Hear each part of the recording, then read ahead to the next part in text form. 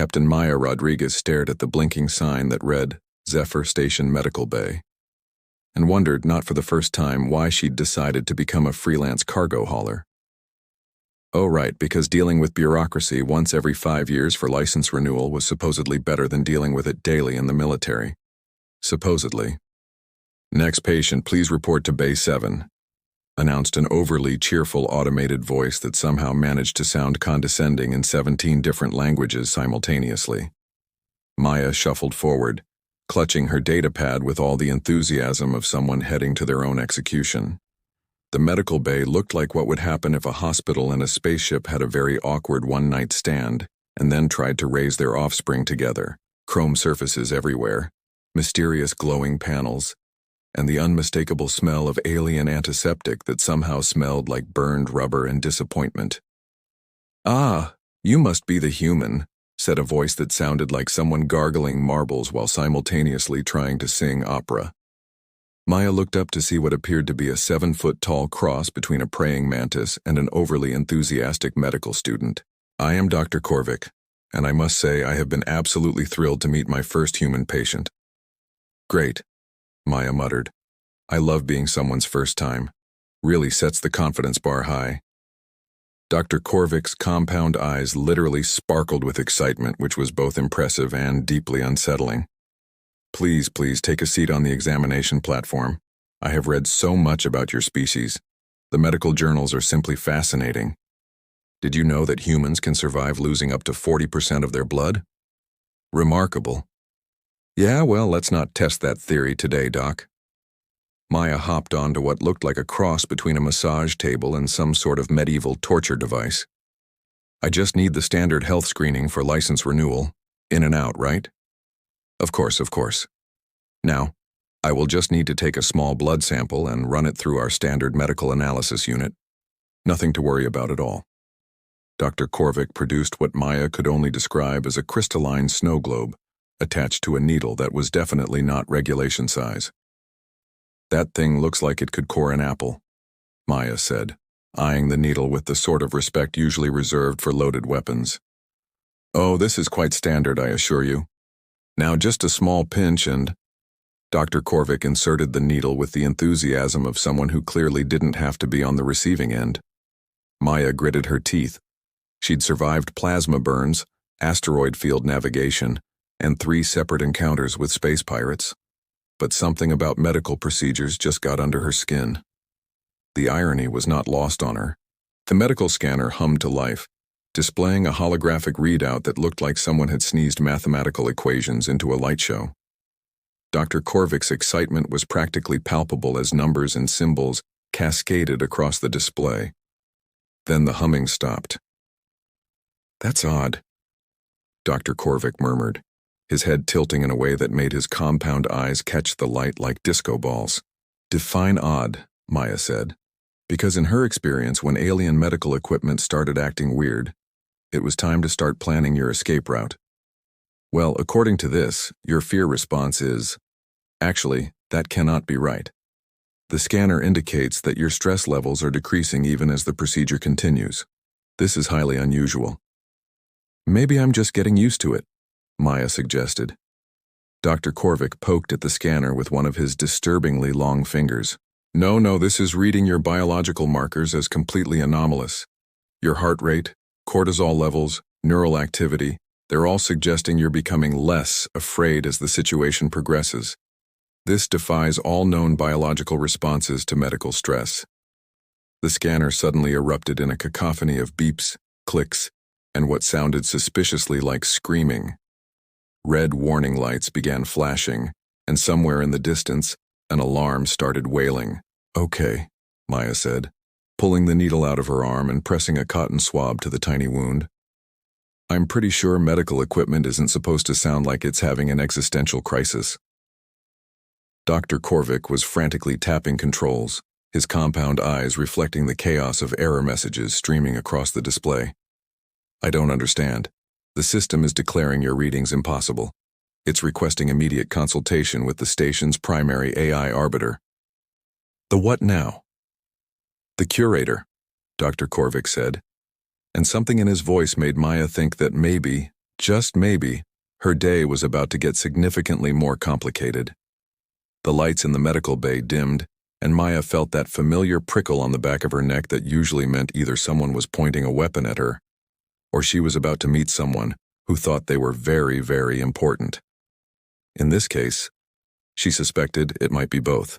A holographic interface materialized in the center of the room, crackling with energy that made Maya's teeth itch. The projection was ancient-looking, all geometric patterns and symbols that seemed to shift and writhe when she wasn't looking directly at them. When it spoke, its voice had the sort of gravitas that suggested it had been practicing dramatic entrances for several millennia. "I am the curator," it intoned. "Keeper of knowledge, arbiter of truth, guardian of galactic safety protocols. I have been awakened because your medical readings have been flagged as biologically impossible." "Well, this day just keeps getting better," Maya muttered. Before the curator could respond, the medical bay doors burst open with all the subtlety of a supernova. In strode what Maya could only describe as a walking anxiety attack with military decorations. The alien was roughly humanoid, covered in what looked like natural armor plating, and had the sort of multiple eyes that suggested evolution had decided that paranoia was a survival trait. "Commander Thex, station security," the newcomer announced, his voice carrying the sort of authority that came with years of expecting the worst and usually being right. "I received an alert about a potential biological hazard. What's the situation?" Dr. Korvik gestured helplessly at the still screaming medical scanner. "The human's readings don't match any known biological parameters. The system can't classify her." Commander Thex's multiple eyes focused on Maya with the intensity of targeting computers. "Human, identify yourself and state your business on this station." "Captain Maya Rodriguez, freelance cargo hauler, just trying to renew my pilot's license so I can get back to hauling recycled atmosphere scrubbers from one end of nowhere to the other." Maya crossed her arms and met his gaze with the sort of steady look that had gotten her out of more trouble than it had gotten her into. Usually, the medical scanner detected anomalous stress responses. The curator interjected, its holographic interface pulsing with what Maya assumed was the AI equivalent of excitement. The subject's fear levels decreased throughout a procedure that should have induced increasing anxiety. This suggests either advanced mental conditioning or potential biological warfare adaptation. "Biological warfare?" Maya laughed, the sound echoing off the chrome walls. "I'm a cargo hauler who's currently 3 payments behind on my ship's maintenance schedule and living off recycled protein bars. If I'm a bioweapon, somebody forgot to include the manual." Commander Thex was not amused. "The curator doesn't make mistakes. If it says your biology is anomalous, then we have a problem. The only problem I see is that you people are reading way too much into the fact that I don't turn into a quivering mess when someone sticks a needle in my arm." The curator's interface flared brighter. "Initiating comprehensive threat assessment protocols. Subject will remain in medical bay pending analysis." "Oh, come on," Maya groaned. "I have a delivery deadline tomorrow." Dr. Korvik, who had been quietly hyperventilating in the corner, finally found his voice. "Perhaps we should run additional tests. The scanner might be malfunctioning." "Negative," Commander Thex said firmly. "If there's even a remote possibility that we're dealing with an unknown biological threat, we follow protocol. No one leaves until the curator completes its analysis." The ancient AI's voice took on a tone that Maya recognized as the sort of smugness that came with having access to really big databases.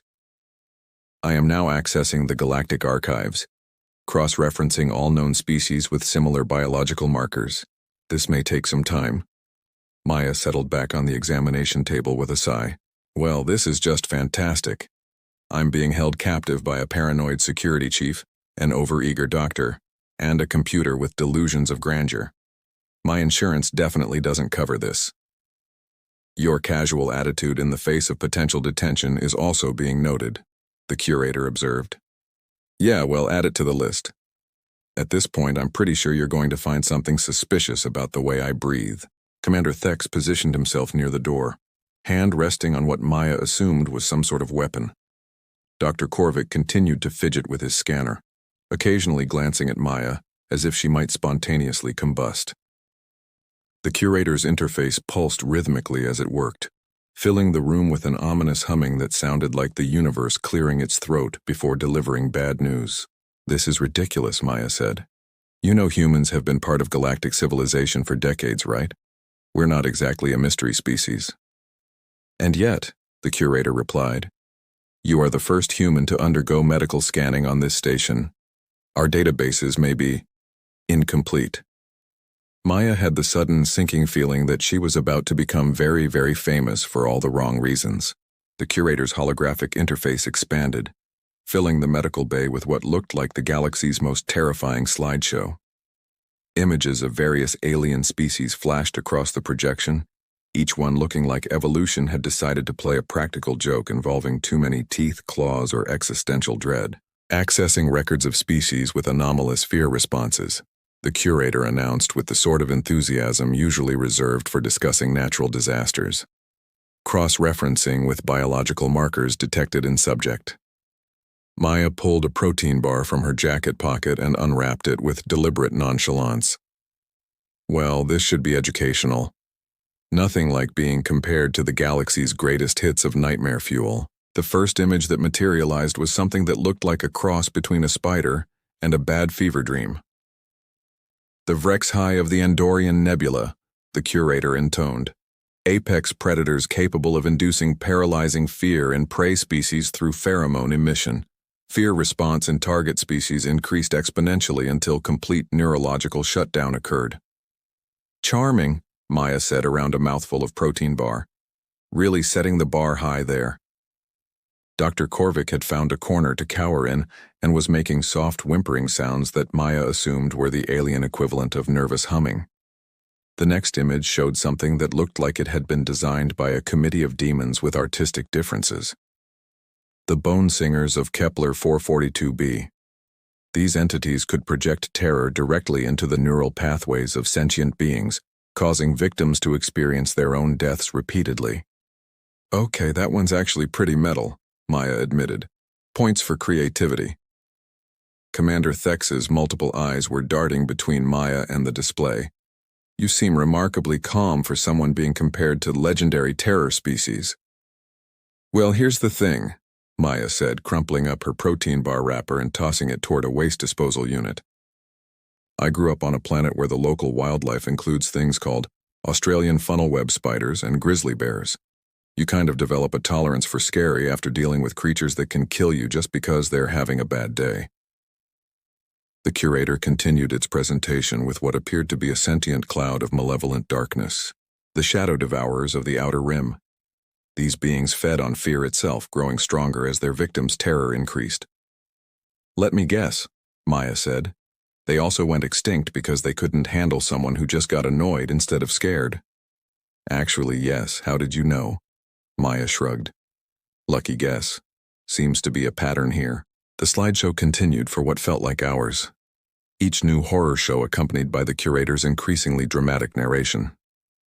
Maya worked her way through 2 more protein bars and was considering asking if anyone had coffee while Dr. Korvik appeared to be having some sort of religious experience involving a lot of whispered prayers to what she assumed were alien deities of medical malpractice insurance. "You know what I'm noticing?" Maya said as the curator displayed something that looked like a geometric nightmare with anger management issues. "All of these so-called apex predators seem to have one thing in common." "What's that?" Commander Thex asked, though he sounded like he was afraid of the answer. "They're all dead." The curator paused in its presentation. "That is an astute observation. Indeed, most species classified as apex predator level threats have been extinct for millennia." "Right, and I'm betting it's because they all made the same mistake." "Which was?" Maya grinned, and somehow that expression made Commander Thex take a step backward. "They assumed that making something afraid of you was the same thing as actually being dangerous. Fear's just an emotion, guys. It doesn't actually stop someone from shooting back." Dr. Korvik made a sound that might have been agreement or might have been the alien equivalent of a nervous breakdown. The curator's interface pulsed thoughtfully. "Accessing final category of search parameters, cross-referencing with species classification, status unknown." "Oh, this should be good," Maya muttered.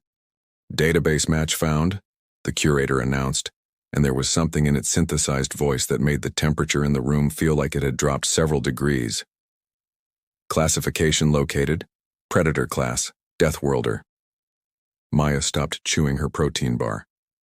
Current status, active. Estimated population, unknown. Last confirmed sighting, approximately 15 minutes ago. Commander Thex made a sound that might have been a gulp, or might have been his soul leaving his body. Well, Maya said slowly, I have a feeling I'm about to learn something interesting about myself. The holographic display shifted, and Maya found herself looking at something that made her do a double take. It was a planet, blue and green and white, hanging in space with the sort of casual beauty that made you forget how utterly hostile it was to most forms of life. Earth, the curator announced, and its voice carried a tone that Maya usually associated with people discussing natural disasters or tax audits. Classification, Class 12, Death World, Survival Rating, inadvisable for 97% of known sentient species. Wait, what? Maya stared at the image of her homeworld. Class 12, what's the scale go up to? 15. Your planet is considered one of the most hostile environments in the galaxy that still supports complex life. Dr. Korvik had apparently given up on standing and was now sitting on the floor, rocking slightly. Commander Thex looked like he was trying to decide whether to call for backup or start writing his will. Okay, that seems a little dramatic, Maya said. I mean, sure, Earth's got some rough neighborhoods, but Class 12? What makes it so special? The curator's interface flickered, and suddenly Maya was looking at what appeared to be a nature documentary from hell. Atmospheric composition includes 21% oxygen, creating an environment so oxidizing that most species would suffer cellular damage within hours. Surface gravity exceeds galactic standard by 40%. Tectonic activity generates regular catastrophic events. Weather patterns include phenomena capable of generating winds exceeding 300 kilometers per hour and electrical discharges containing billions of volts. You're talking about hurricanes and lightning storms, Maya said slowly. Those are just weather. Your species evolved on a planet where the weather is capable of leveling cities. Well, when you put it like that, it sounds kind of impressive. The display shifted again, showing various Earth creatures that Maya recognized as perfectly normal wildlife. The curator's commentary, however, suggested a different perspective. Indigenous life forms include creatures capable of injecting neurotoxins lethal to most galactic species, predators with jaw pressure exceeding 1,500 pounds per square inch, and organisms that have survived multiple planetary extinction events. Maya watched a video of what appeared to be a house cat casually batting at a toy mouse. That's Mr. Whiskers. He belongs to my neighbor. Taxonomic analysis indicates this creature is a highly efficient apex predator, capable of killing approximately 1 billion small animals annually on your planet alone. Yeah, cats are pretty good hunters, Maya acknowledged. But they're also fuzzy and make cute purring sounds when you scratch behind their ears. Dr. Korvik made a strangled noise that might have been agreement or terror. The biological adaptations required to survive in such an environment, the curator continued, have resulted in a species with unprecedented stress tolerance, rapid adaptation capabilities, and most remarkably, a tendency to become more effective under pressure rather than less. Oh, Maya said as understanding began to dawn. Oh, you think I'm scary because I don't panic when things go wrong. Your readings indicate that your stress response actually improves your cognitive and physical performance, rather than hindering it, Commander Thex said, and his voice had acquired the sort of respectful fear usually reserved for natural disasters with good PR teams. The medical scanner detected what we now understand to be a classic Death Worlder response pattern, the curator explained. When faced with potential threat, your species doesn't experience fight or flight. You experience fight or fight better. Maya considered this. So you're telling me that my entire species is classified as galactic bogeymen because we evolved on a planet that's basically trying to kill everything on it all the time, and our response was to get really, really good at not dying? That is a remarkably succinct summary, yes. Maya started laughing. It started as a chuckle, then built into the sort of full-body laugh that suggested someone had just told her the best joke she'd heard in years. Dr. Korvik scrambled further into his corner. "This is hilarious," Maya gasped between laughs. "You're all terrified of me because I come from a planet where the weather has an attitude problem and the local wildlife thinks everything else looks tasty. Your casual attitude toward existential threat is itself threatening," the curator observed. "Yeah, well, wait until you meet my cousin Eddie. He does extreme sports for fun. You'd probably classify him as a walking apocalypse." Commander Thex looked like he was having trouble processing this information. "How many others like you are there?" Maya wiped tears from her eyes. "Oh, just about 8 billion or so, give or take a few hundred million." The silence that followed this statement was so profound that Maya could hear Dr. Korvik's panicked breathing from across the room. 8 billion, Commander Thex repeated slowly. "Yep, and most of them are way tougher than me. I'm basically the galactic equivalent of a suburban mom who drives a minivan." "Dear gods," Dr. Korvik whispered. Maya grinned. "This is the best day I've had in months." The medical bay's light suddenly shifted to an ominous red, and an alarm began wailing with the sort of urgency usually reserved for imminent planetary collision. Maya looked around the room with mild interest, while Commander Thex went through what appeared to be several stages of existential crisis in rapid succession. "Code Crimson activated," announced the station's computer system in 17 languages, including what sounded like interpretive screaming. "All personnel report to emergency stations. Potential invasion scenario in progress." "Invasion scenario?" Maya asked, though she was starting to suspect she knew the answer. Commander Thex was frantically tapping his communicator. "Security Team Alpha, report to Medical Bay 7 immediately. We have a confirmed Predator-class entity on station." "Predator-class entity?" Maya repeated. "I'm literally just sitting here eating protein bars." "That's what makes it worse," Dr. Korvik moaned from his corner. "You're so terrifying that you don't even realize you're being terrifying." The curator's interface was now pulsing with enough energy to power a small moon. "Recalculating threat assessment based on new data. If subject is representative of baseline Death Worlder capabilities, and current population estimates are accurate, then Earth represents the largest concentration of potential military assets in galactic history." "Military assets?" Maya laughed. "Most humans can't even program their coffee makers without reading the manual 3 times. Your species has developed recreational activities that would be considered advanced military training by most galactic civilizations," the curator pointed out. Maya thought about this. "Are you talking about sports?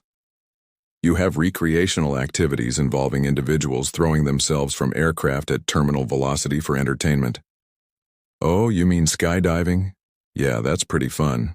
Dr. Korvik made a sound like air escaping from a punctured lung.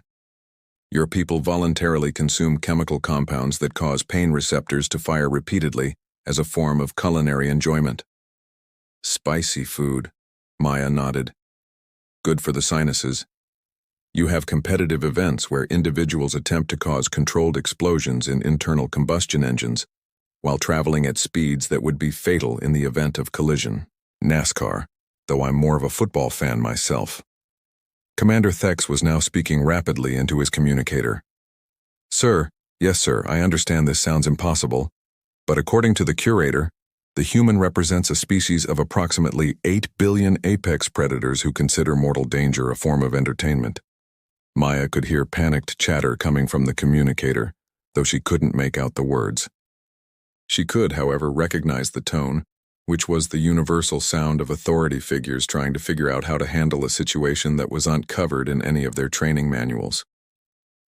"This is really getting out of hand," Maya said, hopping down from the examination table. "Look, I just want to renew my pilot's license. I'm not planning to conquer your station." "That's exactly what someone planning to conquer our station would say," Commander Thex pointed out. "No. Someone planning to conquer your station would probably start by not announcing their intentions to the security chief." The curator's voice carried new notes of what Maya could only describe as computational panic.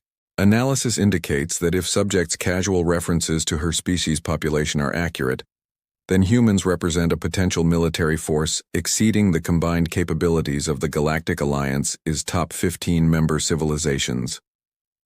We also make excellent coffee and have a really good sense of humor about existential dread, Maya added helpfully.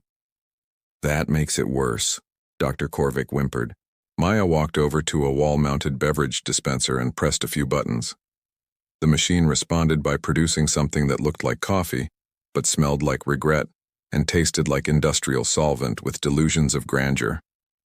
Ugh, she said, taking another sip anyway.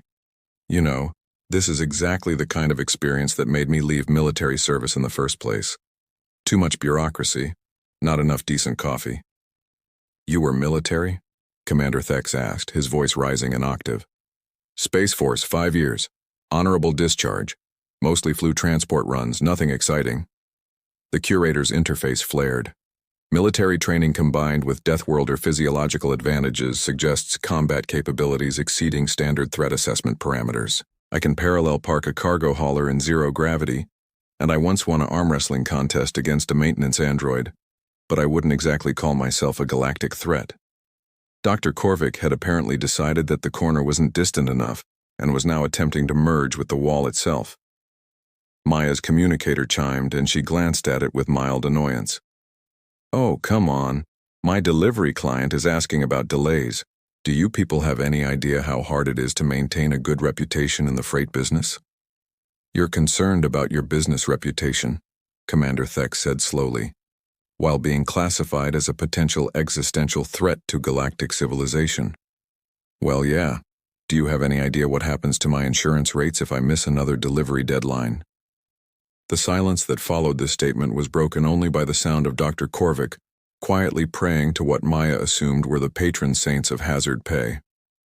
Maya finished her terrible coffee and set the cup down on the medical scanner, which immediately started screaming again. She looked around the room at the assembled cast of her increasingly absurd day. Commander Thex, who appeared to be having an ongoing conversation with his superiors that involved a lot of phrases like, "Yes, sir, I know how it sounds," and "No, sir, she doesn't appear to be armed." Dr. Korvik, who had given up on escaping and was now sitting in meditation pose apparently attempting to achieve enlightenment through sheer terror, and the curator whose holographic interface was cycling through what looked like the AI equivalent of a nervous breakdown. Okay, Maya announced. This has been educational and all, but I have a delivery to make tomorrow. And at this point, I'm pretty sure my client is going to start charging me late fees that'll put me out of business. So let's wrap this up. Wrap this up? Commander Thex looked at her like she'd just suggested they all go have a picnic on the surface of a star. You're classified as a predator-class entity. There are protocols. Yeah, about those protocols, Maya said, pulling her datapad out and scrolling through screens of bureaucratic nonsense. I've been looking through the Galactic Citizenship database while you all were having your collective crisis, and guess what I found? She held up the datapad, showing a screen that made the curator's interface flicker, with what she assumed was the AI equivalent of embarrassment. Humans have been registered as galactic citizens for 47 years, Maya continued. We have embassy stations, trade agreements, and standardized medical data on file with the Galactic Health Organization. The only reason your scanner freaked out is because someone never bothered to update the medical database on this station. The room fell silent except for the sound of everyone's dignity quietly evacuating the premises. Dr. Korvik slowly raised his head from his meditation pose. Are you saying that the scanner malfunctioned? I'm saying your scanner was reading my perfectly normal human stress response and comparing it to a database that apparently hasn't been updated since before my species joined galactic civilization. The curator's voice, when it finally spoke, carried the sort of careful dignity that suggested it was trying very hard to pretend this conversation had never happened. It appears that there may have been some administrative oversights in our data management protocols. Administrative oversights, Maya repeated. Right. So when your ancient AI here was dramatically declaring me a galactic threat, it was basically throwing a temper tantrum because it couldn't figure out why I wasn't fainting at the sight of a needle. Commander Thex lowered his communicator slowly. So you're not planning to conquer the station? The only thing I'm planning to conquer is my delivery schedule, and at this point that's looking pretty optimistic. Dr. Korvik had begun the slow process of extracting himself from his corner. So, the readings showing decreased fear response during medical procedures? Completely normal for humans. We don't generally get more scared as routine procedures continue. If anything, we get bored. The curator's interface dimmed to what Maya assumed was a bashful glow. In recognition of this administrative error, Zephyr Station would like to offer you a complimentary upgrade to our premium services lounge, including beverage service and high-speed data access. Maya considered this. Does the premium lounge have better coffee? Significantly better coffee. And can I get my license renewal processed today? Immediately. Deal. Maya picked up her jacket and headed toward the door. You know, for a galactic civilization, you people really need to work on your customer service training. Dr. Korvik was now standing upright again, though he still looked like he was expecting Maya to spontaneously develop additional limbs and start breathing fire. Before you go, I do have one question. Shoot. Is it true that humans keep predatory species as domestic companions for emotional support? Maya paused at the doorway. You mean pets? The database mentioned creatures called dogs that are descended from pack hunters. Oh yeah, dogs are great. Loyal, friendly, excellent judges of character. I've got a German shepherd back on Earth named Captain Biscuits. He's about as threatening as a particularly enthusiastic mop, but he makes excellent company on long cargo runs. Dr. Korvik nodded slowly, making notes on his datapad. And these cats that are described as apex predators? Cats are basically tiny, fluffy sociopaths with excellent PR departments. They're adorable. Maya grinned. You'd probably love them. They have that same energy you get when you're convinced everything is trying to kill you except they're right. As Maya walked out of the medical bay, she could hear Commander Thex explaining the situation to his superiors. Dr. Korvik muttering about updating his medical textbooks, and the curator quietly running diagnostic checks on its threat assessment protocols. Just another day in the life of a freelance cargo hauler, she thought. Though she had to admit, being classified as a galactic horror story was probably going to make for a good story next time she was stuck in a bar on some frontier station with nothing to do but swap tales with other pilots. She made a mental note to send a postcard to Cousin Eddie. He was going to love this. The premium lounge did indeed have better coffee. Maya settled in with her license renewal forms and decided that maybe, just maybe, dealing with alien bureaucracy wasn't quite as bad as she'd thought. After all, how many people could say they'd accidentally convinced an entire space station that they were part of an invasion force just by getting a routine medical checkup? Maya Rodriguez, freight hauler and accidental ambassador of human stubbornness, raised her coffee cup in a silent toast to the absurdity of galactic civilization and got back to the serious business of keeping her delivery schedule on track.